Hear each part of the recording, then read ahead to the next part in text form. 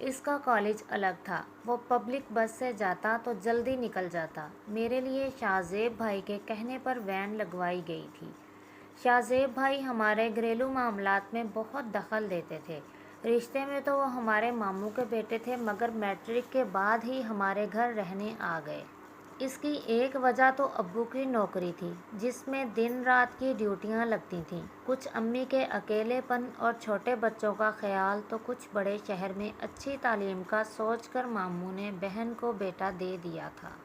میں پہلی جماعت میں تھی جب وہ ہمارے گھر کا فرد بن گئے، اور از خود انہوں نے مجھے اور اسامہ کو پڑھانے کی ذمہ داری سنبھال لی۔ ہم دونوں آپس میں اتنا لڑتے تھے کہ آپی اور بجوں کے لیے ہمیں پڑھانا تو دور کی بات، بلکہ صلح و صفائی سے بٹھانا بھی مشکل ہو جاتا۔ انہوں نے شروع سے ہی ہمیں کچھ ڈانٹ اور کچھ لاڈ سے یوں قابو کیا کہ ہم انہیں دل سے بڑا بھائی ماننے لگے۔ یہیں رہ کر انہوں نے تعلیم مکمل کی، کیریئر بنایا۔ انہیں اس شہر میں رہتے ہوئے 8-10 سال ہو گئے تھے، اور وہ آئندہ بھی یہیں رہنا چاہتے تھے۔ یہ ماموں نے اپنے بڑے بیٹے اور بیٹی کی شادی کے بعد ہمارے ہی محلے میں ایک مکان خریدا۔ یوں ماموں اور پھپھو بھی بیٹے کے ساتھ یہیں آباد ہو گئے۔ شاہ زیب بھائی کی رہائش گاہ تو بدل گئی، مگر وہ آج بھی امی ابو کے لیے بڑے بیٹے کی حیثیت رکھتے تھے۔ اب پھپھو نے یہ داماد والا نیا مسئلہ کھڑا کر دیا تھا۔ میں کمرے میں اکیلی لیٹی یہی سوچ رہی تھی۔ ابھی پھپھو ہمارے ہی گھر میں تھیں، سو میں نے یہ بات دل میں دبا لی، لیکن ساپہر میں موقع ملتے ہی دونوں بہنوں کے سامنے پیٹ ہلکا کیا۔ کیا؟ واقعی؟ دونوں کا رد عمل بے ساختہ تھا۔ آپی کا رونے والا منہ بنتا دیکھ کر میں نے مزید کہا، سچی میں نے خود سنا تھا، بلکہ پھپھو تو کہہ رہی تھیں کہ صفا ہو یا صبا، کسی ایک کو تو ضرور بہو بناؤں گی۔ حد ہو گئی، میں کہاں سے آ گئی؟ میرے پاس ابھی شادی کرنے کا بالکل وقت نہیں۔ اپنے نام پر بجوں کے چہرے کے تاثرات بگڑے۔ مجھے شاہ زیب بھائی سے شادی نہیں کرنی، پلیز صبا کچھ کرو۔ آپی نے ملتجی انداز میں بجوں کو دیکھا۔ کرنا کیا ہے؟ امی کو بتا دو۔ بجوں نے گویا ناک سے مکھی اڑائی۔ مجھے بھی عادل بھائی اچھے لگتے ہیں آپی۔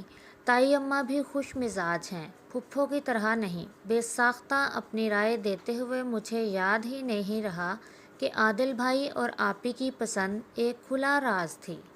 میرے منہ سے یہ ذکر شاید بڑی بہنوں کو پسند نہ آتا۔ وہ ہر بات میں مجھے چھوٹی ہو، چھوٹی بن کر رہو کہنے کی عادی تھیں۔ اس وقت کچھ کہنے کے بجائے آپی ایک دم چپ ہو گئیں۔ انہیں شاید مجھ سے اس بات کی توقع نہیں تھی۔ بجوں کی جانچتی گھورتی نظروں سے گھبرا کر میں بولی، وہ امی پھپھو کو بتا رہی تھی نا، تائی امی کا بھی ارادہ ہے شاید۔ میری دھماکہ دار خبر مجھے ڈانٹ سے بچا گئی۔ آپی نے خوش ہو کر بجوں کا ہاتھ پکڑ کر زور سے ہلایا۔ بس اب تم امی سے بات کرنا، پہلے انہوں نے بات کی ہے تو پہلا حق ان کا ہی ہے، تاکہ امی میری ہی کلاس لے لیں۔ معاف کرو بہن، تم لوگوں کے مسئلے ختم نہیں ہوتے، آرام بھی نہیں کرنے دیتے۔ پھر مجھے اپنا اسائنمنٹ بھی بنانا ہے۔